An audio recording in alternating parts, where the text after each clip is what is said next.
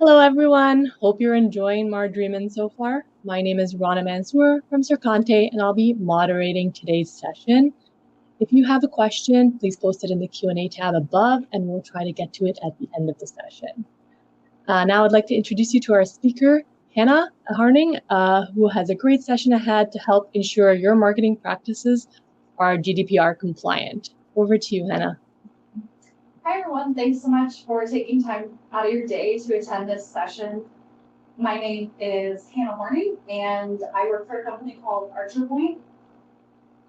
So I hold a couple of roles at ArcherPoint. My main roles are overlap between marketing and Salesforce automation. So on the marketing side, I'm mainly focused in the demand gen area with a concentration in marketing ops, and that's where the account engagement, or formerly Pardot, administration comes in, and I also handle our Salesforce administration along with one other person. So let's get started talking about opt-in strategies today and GDPR compliance. So first, we just want to take a second to thank the incredible sponsors that make Smart Journeyman happen every year, and this is a great conference, and I'm always happy to be a part of this. So let's just jump into the agenda. So first, we're going to talk about GDPR compliance, what that is, what it means to you. We're going to talk about some opt-in methods that you can use. We're going to talk about setting up your system, running an email program and engagement studio, and then how you can manage compliance after the fact.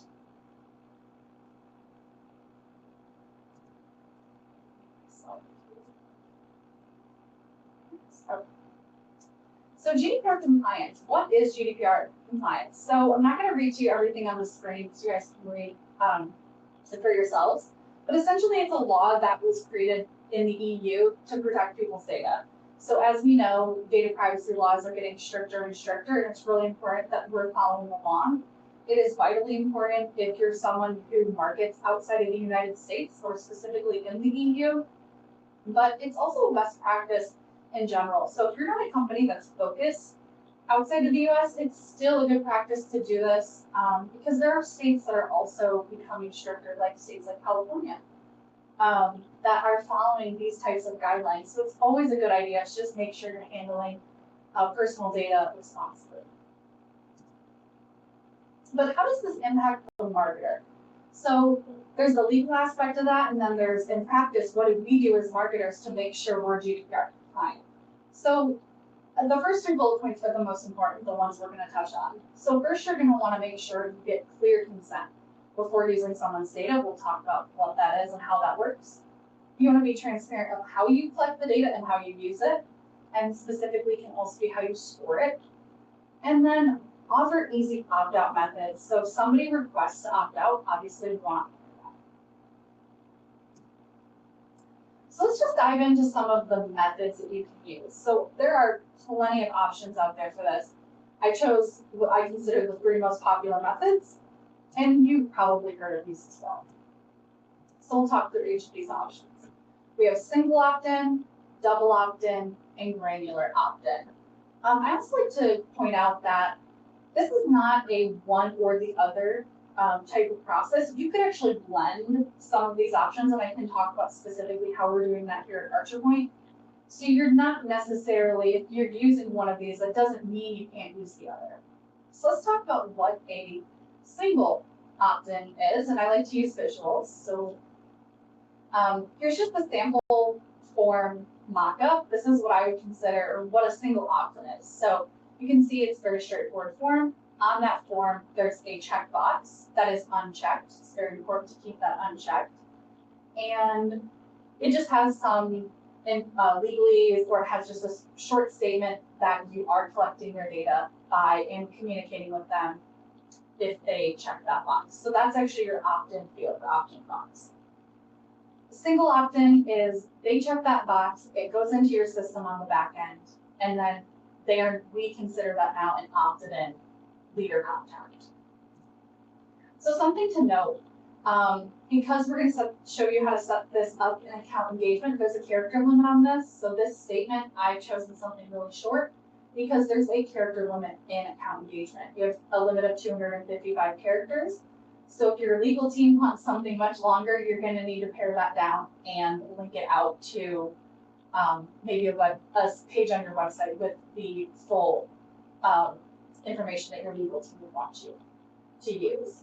Also, speaking of legal teams, obviously because the GDPR is a law, if you have general counsel or a legal team at your company, it would be best to consult them on how they would interpret this law, and that may direct you on which approach you need to take.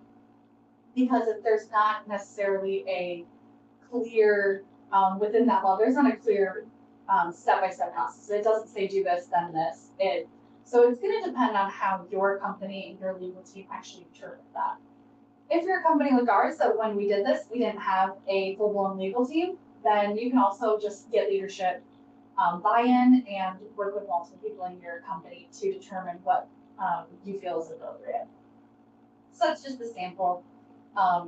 You're going to want to tailor that to your company. And in order for it to be opted in and truly GDPR compliant, this checkbox can never be checked by default. It needs to be, they need to consent. That's part of that direct consent. So what's the difference with double opt-in? Obviously, I have the same form mock-up on the left-hand side, and on the right, you can see a sample email. So with a double opt-in, once someone has checked that box, submitted this form, they're going to receive an email to their inbox, something like this over on the right that says, hey, thanks for subscribing. Please confirm your subscription. So they're going to have to click that confirm button in your email in order for that prospect to be truly opted in a double opt-in strategy. And then the third option is granular opt-in. So this is where we pull in the preference center items. So in account engagement, you can set up your preference center and you can have all sorts of subscription options, right? News, promotions, products, updates, events, newsletters, etc. There's lots of options. It's fully customizable. In a granular opt-in scenario, you're actually going to use those subscription options. So here's just a sample of 4 generic options that you can use. And you can see down at the bottom, I've added a very similar statement, but this is below the form because there isn't that opt-in box, but there are those other checkboxes. So you want to provide a statement within your form saying that they're agreeing to the storing and processing of their data by submitting this form.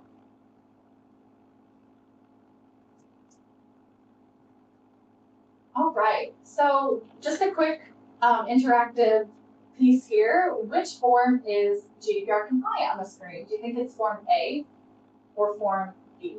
If you want to throw it in the chat. Looks like we've got a couple people give everybody a second. Awesome. So overwhelmingly, we have B in the chat, so that's great. Everybody understands that we no longer can use that default checkbox. I know that was popular maybe 10 years ago. So yes, you're right. Form B is the correct GDPR form. We're not going to check it for them. And something that came up when I was practicing my session, someone asked me a question that I think is really important to address. So why would you choose one of these more complicated options, like a double opt-in or granular opt-in strategy, over the simple, single opt-in? Well, the answer is it really depends on your company and how your company interprets the law. So if your company wants it to be a little stricter, you may have to go with the double opt-in strategy. Now, if you don't have direction, you could choose a simpler approach.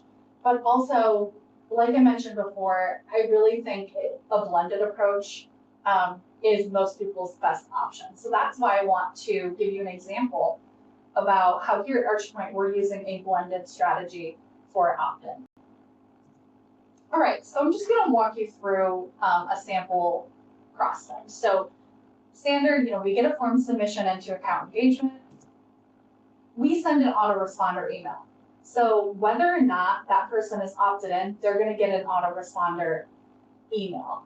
And that is why I'm saying you can use a blended approach, because technically we're not using a double opt-in strategy, but I do like that additional step. So we're going to have the system consider, are they opted in or not? And within that email, if they're not opted in, we have a dynamic content section in that autoresponder email. All of our autoresponders have this for any form fills. And that dynamic content, if they're not opted in or didn't initially opt in on that form, we're going to ask them just one more time to sign up. And it's not intrusive because we are responding directly to the form. So if they fill out a request for content, then we're going to send them that ebook, right? Because they downloaded that. If they submitted a contact us form, we're just going to mention that someone will reach out to them via email or phone within the next 48 business hours. So it's not intrusive because it's really just it's an additional step, but we're kind of responding in a way that makes sense. And then that sign up is just going to go to a standard landing page that we've created, and it's going to have all of our subscription options on it. So that's where we're going to get into that granular opt-in approach, where now we're going to give them all of the subscription options on this landing page. So if they do want to sign up, they can choose what type of communications they want to receive. And then if they are opted in, they're going to get the same autoresponder email. Thanks for downloading the ebook. Here it is. Here's your link. But we're going to change that dynamic content section to include manage preferences. So we're going to say, hey, you're already subscribed. You can manage your preferences here. And once again, that's that granular opt-in strategy because we are using a single opt-in approach. We don't have that granular opt-in at the form level, but they can later manage their preferences through this workflow. And that's going to direct them to the preferences page. So they're already opted in, they would then be able to choose. I've included a few resources on the screen, so I'm sure these slides will be available after the session. If you're not sure, if you're using email lightning templates, and you're not sure how to use dynamic content within those templates, I've included a session that I did at Marjorie, this is either last year or the year before that, talking about how to use dynamic content within those emails, so you can follow that. And then also preference page. There's tons of documentation on how to set up your preference page if you haven't already done. All right, so now that you've chosen a strategy, you have to set up the system, of course, to do this for you. So what does it require? Like I said, the preference page is a prerequisite. I didn't cover it because that could be a whole session in itself on how to set up your preferences page. Serconte can be a great resource if you're not sure how to do that in-house, but like I said, there's tons of documentation online about that. So we're going to add some new fields to account engagement and Salesforce. These fields should be replicated in Salesforce as well. So we're going to add a field called opted in, along with an opt-in date. So we want to record when that happened. We're going to use the default field opted out. That's already in your system. We're just going to use that within these workflows. And then we're going to add a custom field opt-out date for that history tracking. I like to also add a do not email field. The difference between a do not email field and an opt-out field is do not email is for internal use only, whereas an opt-out should only ever be checked by the user. So that's supposed to be user-driven, and if you need to modify a contact manually, a leader contact, you can use your do not email field. And then whatever subscriptions you're going to have on that preference page, you're going to want to have a checkbox for each of those subscriptions. So those are the samples I used before, and you'd want to add fields in Pardot and Salesforce for that. So the fields are the first step, but the automations are actually what's going to make this happen on the back end for you, right? Because once you add the fields, you now need to collect the data. So obviously you're going to map that opt-in field to your form, but the opt-in date field is going to be automated. So the first two in this sheet, which we're not going to redo, you can definitely get these details after the fact and plug these into your system. I've included the criteria on the right to make it easy for you to set these up in account engagement. The first two in white, opt-in date stamping and opt-out date stamping, are simply to record the date of when that happened. So that's going to be your history. you can record the date multiple times. So each time somebody opts in, you can have that prospect run through that automation again if you choose and update that date, or you can record the first date. Same with opt-out. And then these purple automations that are for opt-out clearing and opt-in clearing, and those are optional, but I do want to note that these must be completed in Salesforce flows, so you're probably going to need to work with a Salesforce administrator to complete these, and this is just going to be a way to check if someone is opted in and opted out at the same time. And it's going to take a look at the date fields to determine which one is more recent. So that's essentially what it's going to do. If you're not going to use these automations, then you're going to need to create dynamic lists in account engagement and have somebody manually checking those probably once a week, once a month at the latest. And you're going to want to make sure you're not accidentally emailing contacts who have recently opted out. So we're going to run through the form setup. So this is exactly how you'd set it up in account engagement. The most important here is that there's no label. Zero label, pull in your opt-in field, it's a checkbox. And then it's very important that you have these two settings on the advanced settings checked. The always display if previously completed and the do not pre-fill. That's going to allow the opt-in checkbox to be available on every form, regardless if they've already filled it out. And of course, we know not to previously check it. And then this is the value section. This is where you're going to add essentially the label. So this is where you're going to set it to true, right? Because if they check that box, that's a true value, meaning they are opted in. And this is where you're going to put that opt-in language. And this is where your character limit comes in. So this is where that 255 character limit happens. But you can link, you just have to put inline HTML in order to hyperlink inside this box, but it's also identified.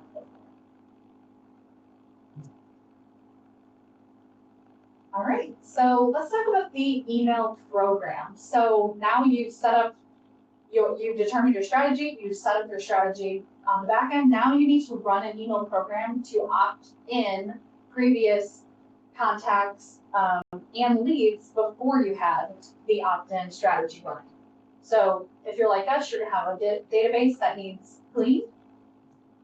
So the objective of this is to opt in any existing prospects in your database.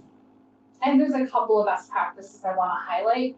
First, you're going to want to establish a timeline for your project. How long are you going to give them to opt in? I recommend anywhere from 3 to 6 months. You're going to want to send multiple reminders. One email probably isn't enough. Anywhere from 3 to 5 will be sufficient. And you're going to want to set a clear cutoff date. So this is super important. You're saying that by X dates, let's say it's by the end of the year, let's say you're going to run it all of Q4, by December 31st, anyone who is not opted in, we will no longer communicate to them unless they are. So after that cutoff date, you can give your team a short grace period, 1 to 2 weeks.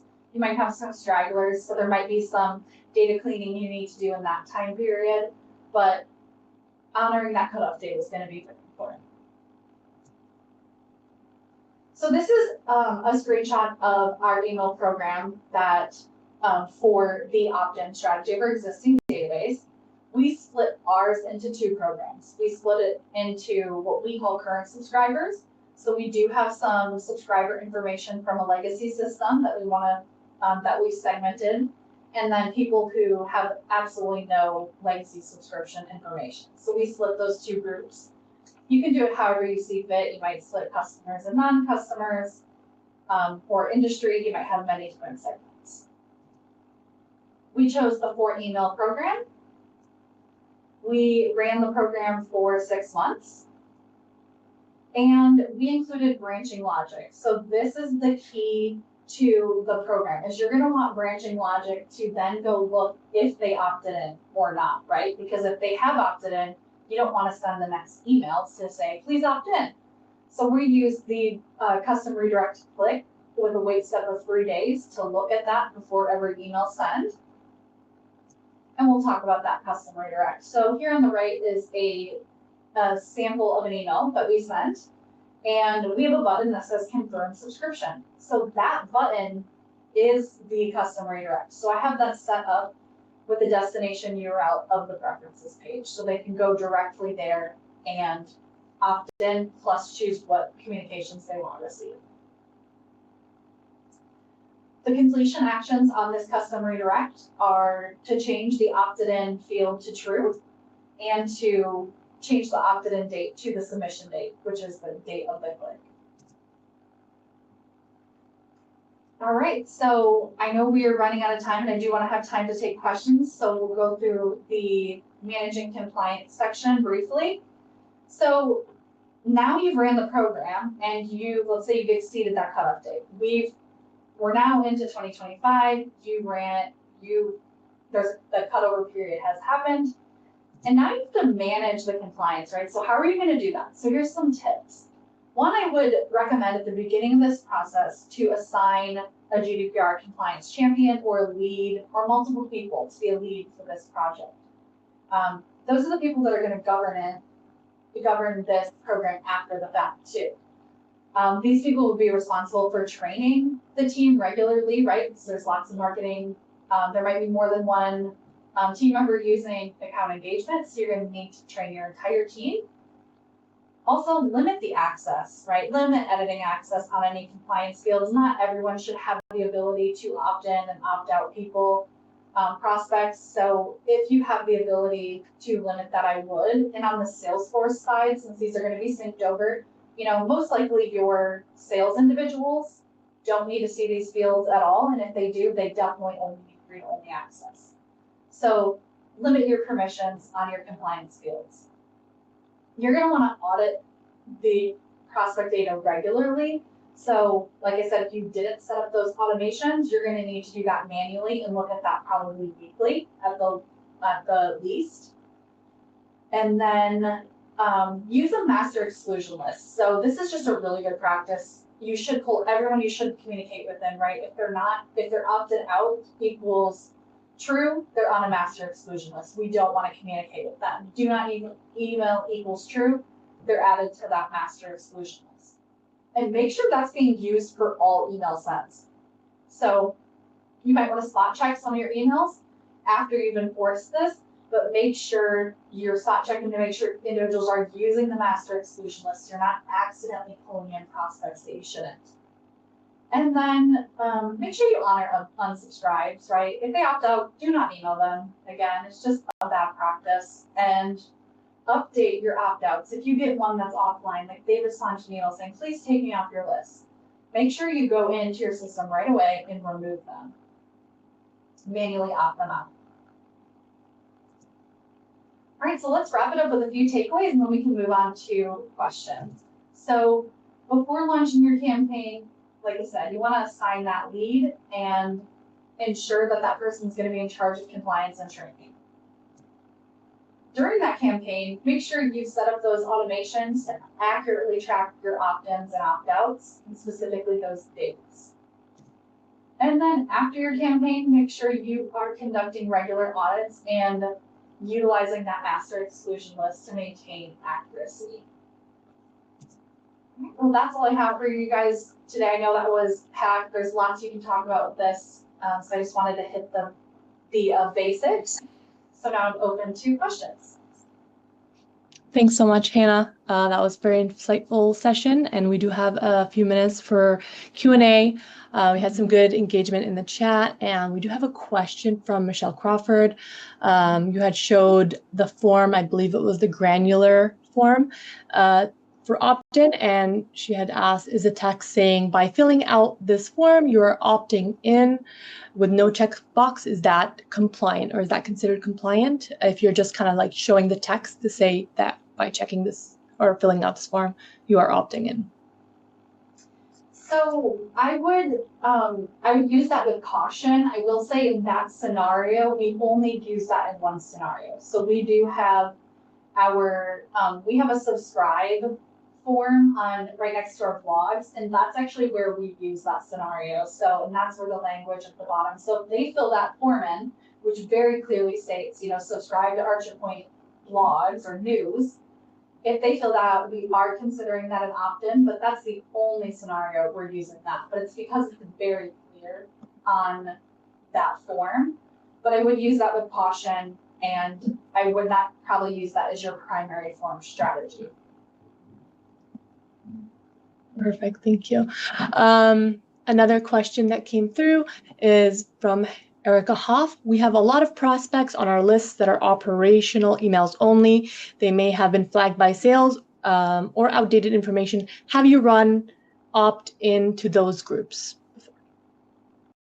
So we actually, we're in the process of cleaning this up again, but yes, so I would run to your entire database. Because unless you're confident your data is accurate and that whatever's in your do not email and things like that, if you feel that's accurate, then I would leverage that. But if you feel like you need to clean it up, which is what we were doing because we were coming from a legacy system, we came from a different system onto Pardot. So that's why we decided to run our whole database through this process. Perfect. And I'm getting a lot more Q&A as we're kind of going through, so that's great. And Erica says, thank you. You says, if a prospect did not accept cookies but submitted a form, when they click the custom redirect in the CTA button in the email that you had showed, will the completion actions be triggered? So, yeah, I think the answer to this is yes, if I'm hearing it correctly. The custom redirect is entirely separate from the cookies. So if they click through on their custom redirect, they'll be opted in regardless if they've accepted like your cookies on your website, things like that. I hope I got that question right. If it's a different question, feel free to throw something else in the chat. Yeah, so I think with like custom redirects, usually like the completion actions that do trigger, they would have to be before, I believe, cookied, but we can kind of get back to them on that one. But yeah, no, it was a great question. Thank you so much. Any other questions have come through? I know one thing I wanted to ask is, so other than for double opt-in, other than being, GDPR compliant or more safe in that sense, there was some comments in the chat about, there are additional benefits because there are people who actually want to hear from you, right? Do you see any other benefits of the double opt-in? Yeah, I think one, it confirms you have a legitimate email address, right? So it immediately weeds out the junk. So that is a major bonus of that strategy because you're going to get a bounce back immediately and you can kill them from your database and your regular kind of cleaning exercises. So I think that's really important because you'd hate for sales or someone else to be trying to reach out to them or a BDR and it not be a real email address. So I think that, and then also, yeah, I think it just, if they have clicked twice or if they have gone through this process, they definitely want to hear from you. So you have a more engaged audience. I think that that's actually the benefit of opt-in in general is even though it's going to limit how many prospects you can communicate with, you are going to have higher engagement rates because those people actually want to hear from you. Definitely. Yeah. Those email metrics will definitely improve there. Awesome. Okay. Yes, Katie, that's the goal. We have to get through the noise, got to reach the audience who want to hear from us and improve those engagement. Yeah, you're not doing yourself any favors just blasting out emails to people that don't want to hear from you. So. 100%. Awesome. Well, thank you so much. I'm glad we got through a bunch of Q&As and really appreciate your time today. So thank you, Hannah, for that. If you have any other questions, you can reach out to Hannah through the event chat. But this concludes today's session. So thanks for joining us, and special shout out to our sponsors for their support. Without them, our Dreamin' would not be possible. Head over to the agenda and check out other sessions you'd like to join. And after this, you're just gonna get routed to the next session. So I'll see you in the other sessions. Have a good day. Thank you so much, everyone. Thanks, Hannah. Bye.